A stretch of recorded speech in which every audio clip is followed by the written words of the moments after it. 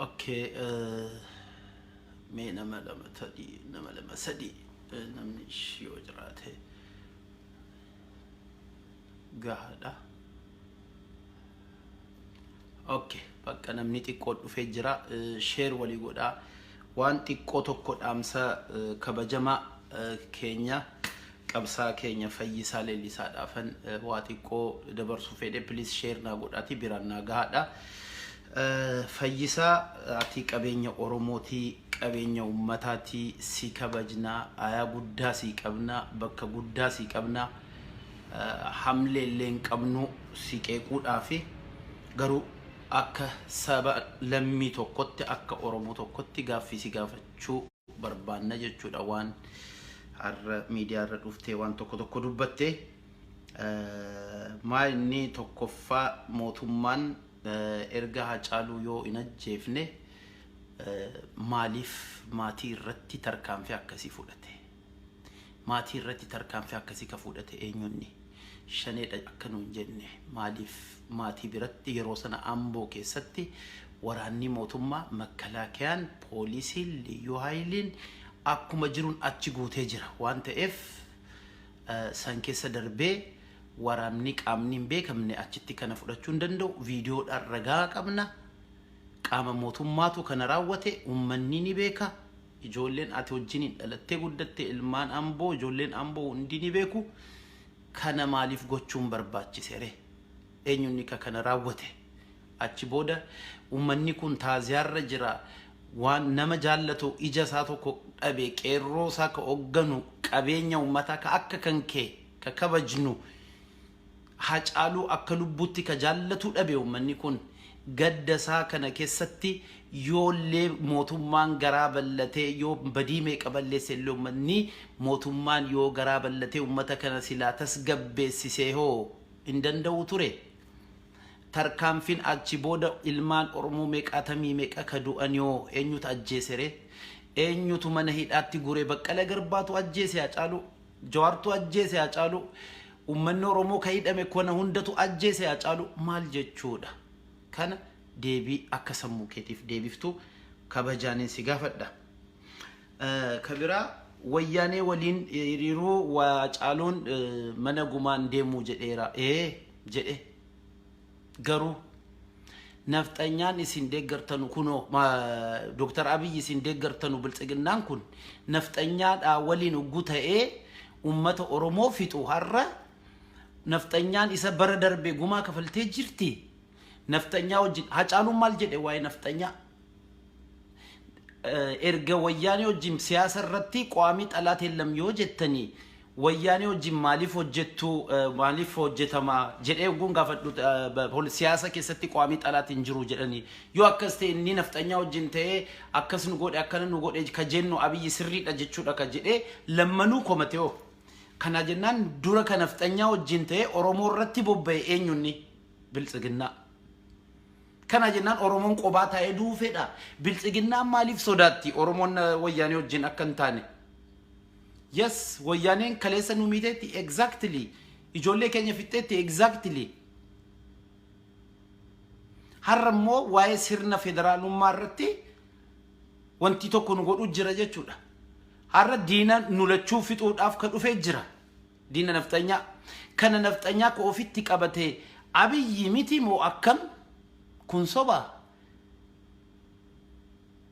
Kun yoo dhugaadha moo soba? Hacaaluun maal jedhe? Lammanuu komate, lammanuu qeeqe, lammanuu sanuu nafxanyaan kaleessas diina Oromoo, arras diina Oromoo, boris diina Oromoo ka ajjeesise kana moo kanaa miti? Kana jennaan ati qabeenya uummata Oromooti. Waan akkasii kana keessa akkuma durii kan kee gaaffii sabaa baadhadhu, gaaffii saba bal'aa, gaaffii paartii, gaaffii fedhii warra tokko please kana keessa akka baatuun fedha. Idduun si gabaja ugguun waa'ee kan kee dubbadhu, ugguun qaanfachaa ofitti rifachaatiin dubbadha. Si jaallannaa kabaja guddaa si qabna. Kabiraa waa'ee kondominiyeemii, waa'ee maqballeessa akka waan Oromoon qeerroon keenya maqaa balleessite maal jedhe Hacaaluun jechi qeerroo jirtuu ka jedhu sun feerroo bittuu ka jedhutti jijjiiramee jira ka jedhame maal jedhe Hacaaluun gudeebii deebisu wanti kun dur mana mootummaa keessaa baatii hin jenne ka jalqaba maaliif ummanni inni miliyoona meeqa kreditii fudhachuu isaa ni beeka eessaa beeka mootummaan garuu ni beeka inni mana biratii mana sibiilaa banachuu isaa ummanni ni beeka eessaa beeka mootummaan garuu ni beeka ka hayyama kenneefis akka birrii kennee mootummaa liqiidhaan baankii Oromiyaa irraa fudhate maallaqa kana jalqaba dalagaa PPTU dabballeesii jala jalaan keessa kana keessee qeerroo jirtuu ka jedhuun jiru dhiisee feerroo bittuutti galeeraa jedhe akka odeeffamu qeerroo keessa facaasa yaada namni tokko yoo amma Facebook irra waan tokko maxxanse ijoolleen share gooti ummanni garuu komii kan keessatti maaliif Hacaaluun ugguu ilmaan keenya kana hunda dhumu ugguu akkas ijoolleen hundinuu gorraamee ugguu darbamu ugguu hayyoonni meeqa du'an ijoolleen meeqa ugguu bakka bakkatti ajjeefamu ugguu manni qotee bulaa gubatu Fayyisaan maaliif gabbayeen dubbanne Hacaaluun maaliif gabbayeen dubbanne komachuun isaa maaliif isin qabeenya ummataati ka qabeenya kooti jedhee abdata ka isinitti kun sirrii bar gaafa kana dhabu qeequu ni danda'a maaliif isinin ka inni ilaalu akka qabsaa isaa akka taatanitti waan laaluuf jechuudha kana jennaan waan intaane inni kun haasaan kun inni amma waa'ee Biraanee fi Biraanuu dubbachuun fedhu waa'ee jara dubbachuu haasa'uun fedhu garuu ati fi jarri tokko miti ati qabeenya ummataati waan deeme hunda waan ta'e hunda ni beekta please akka kaleessa sammuu keetiif bulii qabeenya ummatummaa kan kee tiksi nutis kabajasiif qabnu ni tiksina yoo maal balleessitelee nuti sitti rifannu garuu qabsoon keenya hanga maayyitti deemti dhiigni Hacaaluu ni baati qeerroowwan du'an keenya gumaan jaraa ni baa gumaan jaraa bilisummaadha gumaan Hacaaluu bilisummaadha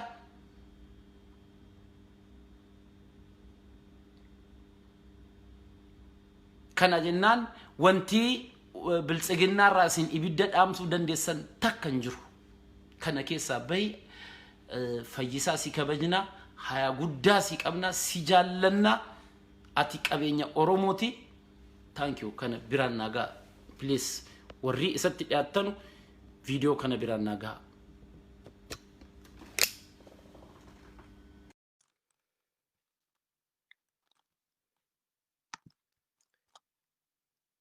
ummata Oromootiya seenaa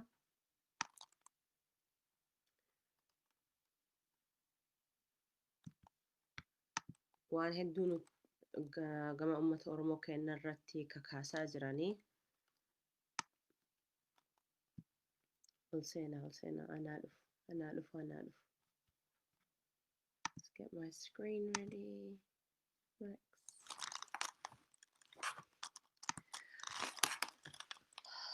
namootni amantii Islaamaa hordofuu baga iida isiniin gahee jechuun barbaada ka warri as keessa jiru ka amantii Islaamaa kan hordofne happy weekend happy Friday guyyaan har'aa sila guyyaa gammachuuti guyyaa nagaa jennaan gadi bahuu qabaa ture ammoo warroota kan hin beeknee fi guyyaan ayyaana har'a ayyaana wareegamaati akka amantii Islaamaatti. This is a celebration of sacrifice kan jedhamu. And so it's actually befitting that we are celebrating a day of sacrifice at the times when Oromos are sacrificing for the whole world. So akka amantii Islaamaatitti guyyaan har'aa ka oduu yookiin story Nabii Ibrahim alayhi salam anyway story sani keessallee hagas mara seenuun barbaadu ammoo wanni an ibsuu barbaade rabbiin akka amantii islaamaatiin wanti nurraa barbaade waan ati jaalatteef wareegamuu keeti jaalala rabbi akkasiif qabu beeksisuudha. Kanaaf akka ummata Oromoo akka saba Oromooti wanti nu amma wareegamaa guddaa ka irra jiru kan duula guddaa kan nutti kaasan kan nurraa kaasan nu balleessuudhaaf rabbiin nu cina dhaabataa jira. Rabbiin nu wajjin jira. Kanallee beekuu qabna. Ammoo kan jechuu barbaade isin hundinuu dhageeffachaa jirtanii warra wanni biyya keessa deddeemaa jiru wanni ajaa'ibaati wanni nama ajaa'ibsiisullee miti sila kanaan dura eegaa turre beekaa turre warra biyya ormaa keessa jiru asitti sagalee warra biyya keessa jiru kana ummata hundatti dhageessisuu qabna. Namoonni biyya keessa jiru waan isaan irra deddeemuu jechuun dhimma isaanii kan itti fufuu barbaadan kana hedduu nama rifachiisa. Hedduu miidhaa guddaa isaan irra gahee jira. Sagalee isaanii akka waste akka duwwaa hin taane sagalee kenna ummata hundatti haa beeksifnu. Isaan warra biyya keessa jiru akka kophaa hin dhaabanne beeksisuu qabna ummata kiyya. Dhaamsa sila hedduu qaba kan dabarsuu barbaadu. Amman booda wanni hedduu arguuf deemaa jirra. Waan nama rifachiisu, waan nama aarsu. Ammallee waan hawwii nama kennullee ima argina waluma keessaati. Kan jechuu barbaadu yeroon kuni yeroo is very maal jedhanii afaan Ingiliffaan critical is very important. Ji'a tokko ji'a lama kanneen keessatti mootummaan sagalee ummata ofii dhaamsuudhaaf ukkaamsuudhaaf tattaafatuun isaa yeroon isaa amma. Kaleessa yoo ka dubbachuu dhabde dheengadda lakkee homaatii miti jennaanii rakkinnaa miti jechuu keessanii dubbiin akkasii miti amma jijjiiramee jira. Waan ijoolleen keenya biyya keessatti ka ufuma barbaadan ka ufumaa murteessan cinaa dhaabachuu qabna. Warri biyya keessa jiraatan ka godaananii baqatanii biyya alatti jiruu ofii tiksan amma garagaluun isaan irra jira. Nulle cal'isuu hin qabnu itti fufuu qabna. Wannan jechuu qabu har'a hagas marallee dheeraa miti dhaamsi kiyya. Guyyaan har'aa iida waan ta'eef jecha xiqqoo waanillee akka isin uf qophooftani eeguun barbaada. Eeguun immoo hanga boruutitti qofa. Boruu iftaan walitti deebina ummata kiyya.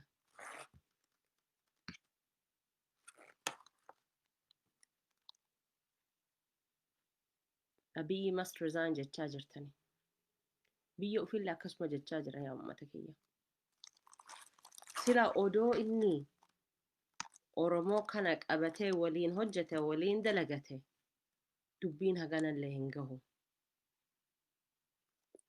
Abiy akka hojii isaa hojjechuu hin dandeenye Oromoon ni beekti. Addunyaallee ni beekti. Kana hundarra quba qabna. Inni immoo garagalee rakkoon isaa hojii isaa akka hojjechuu hin dandeenye garagalee ummata Oromoo irratti darbuu fedha. Qeerroon keenya terroristiidha. Warra biyya ormaa keessa jirutu nu rakkisaa jirani malee warra biyya keessa jiru rakkoon qabanii jechuu jedhan. Isaanii Itoophiyaa keessa jiraatanii down Itoophiyaa jedhanii maal jechuudha kuni jedhanii Oromoon rakkoo malee wanni biraan barbaadan jechanii propaganda isaanii mataa dhiquu isaanii tattaafatuu eegalan.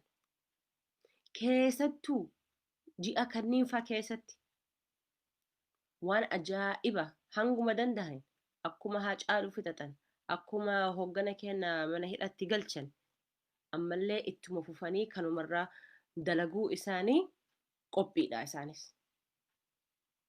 Nullee qopheessuu qabna. Sila qophiidha. Ammoo kagarsiisuu qabnu yaa ummata kiyya. Akkana kan isiniif dhaammachuu barbaade. Please. Nama arrabsuu dhiisi.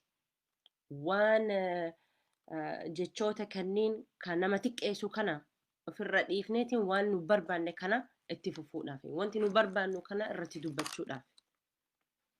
Nageenyi ummata Oromoo barbaanna. Nageenyi jechuun number one hoggana kennaa hidhaa keessatti gadhiifamuu qaba. Laalaa jiranii quba qabanii bar. Addunyaan madaalaa jiranii amma. Biyya kana bulchuudhaa eenyu wayya Abiyyi moo Jawaar? Lamaan keessa tokko ta'uu qaba. Jawaar amman booda gadhiisuu hin danda'ani. Biyya san bulchuu yoo ta'eef malee. Jawaari qofaa miti. Baqqala Garbaallee, Hamza Booranaallee. And Kafaa qofaallee osoo hin ta'in doesn't matter. Any Oromo. Very important amma kan itti fufuu qabnu. Torbaan kana keessatti. Torbaan itti aanu kanneen fa'a. Waan nu barbaannu kana akka hin xureessine dubbii kenna, maqaa kenna, Oromummaa kenna akka hin xureessine. Ummata hundatti haa yaadachiifnu. Abiyyi hojii isa dubbiin barnafxanyaa miti, dubbiin Amaarallee miti ammaan tana dubbiin Abiyyi hojii isaa hojjechuu hin dandeenye kan waggaa 2 isaa kennine mandatii isaa dhumuuf deemaa jira. Electionuma kana nu godhi jennaani kana godhuu dadhabe electionuma san haa godhu. Sani kan nu barbaannu election jennee election san godhuudhaafi warra isa dorgoomu jiru duraan dursa isaanii baasuu qaba hidhaa keessatti. No question. Wanni tokkollee godhuu hin danda'u hanga isaan gadhiifamu. Akkuma dhageenye kanaan dura dubbiin Oromoon yakka dalaydii yakka waan dalaganiif jecha karaa siyaasaatii karaa politikatti seenuu hin danda'an jedhanii afaan kenna ija kennallee cufuu barbaadan. Wanni kun hin ta'u.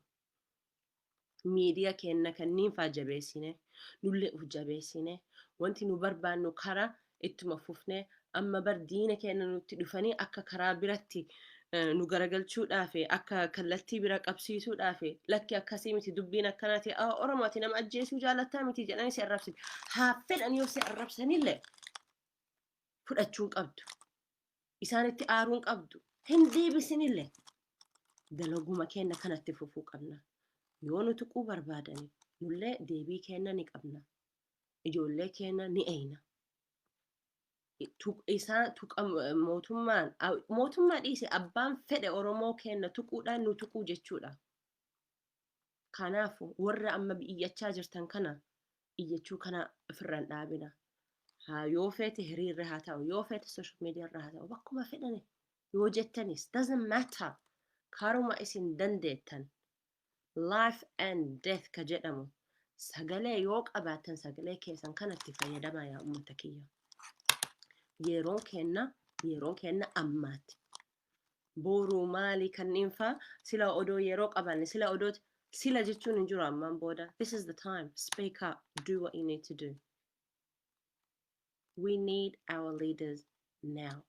They must be released yesterday. Not today, not tomorrow. They need to be released yesterday. The country cannot move forward with Jawar in prison. Hell no. Kanaaf jecha bar amma Oromoo kan amma ka'anii ka hiriiratti bahuu fedhan. Nagayaan barbaadanii nageenyi san qabatanii caccabsanii mana hidhatti isa galchuu kana rakkoo barbaadu jechuudha yaa ummata kiyya. Warri tokko biyya ofii ka bulchuu hin dandeenye yookiin aangoo nama biratti kennuu qaba yookiin namni hojii kana bakkaan gahuudhaafi uf biratti fide taa'anii haasa'uudhaaf. Malee kaatee mana qullaa tokko qabsiiftee nama 2 3 4 5 jettee itti nayxee kuno demokrasii itti eegaluu jirra jechuun maal jechuudha. Wanni birallee isiniif hin ibsa. Osoo hin ta'in har'a dubbii isiniif hin dheeressu walitti deebina wal haa jabeessinu sammuu keenya kana akka gaariitti tiksuu nurra jira. Kan barbaannu nageenyi Oromoo miti, nageenyi biyya guutuu barbaanna. Oromoon sila Oromoo nagaa argachuudhaaf nuti nama hunda nageenyi nama hunda ni eeyna. Oromoon akkasidha. Oromoon naman tuyitu. Nuti demokrasiif jecha ka'aa jirraa bara. Maal jechuudha namni ka hooggana biyya nagaan hayyama mootummaa wajjin paartii ofii dhaabeetiin isa hidhuun mana hidhatti galchuun maal jechuudha? Demokrasii diduu jechuudha. Nuti demokrasii kana ni barbaanna. Nageenyi barbaanna. We need to be proud. Wanni social justice ka jedhamu kana waan barbaanneef jecha iyyachuu qabna. Kanaan dura iyyanne ammas ni iyyanna. Miti nama miidhuufi miti nageenyi nama waan oolchuu fi waan jiraachisuu barbaanneef jecha haala kanatti dhufnee jechuudha. Isaan immoo waan fedhan yoo jedhanillee uf qopheessuun nurra jira yaa uummata kiyya. Nuyi miti sagaleen keenya ka beeksisuu qabnu. Sagalee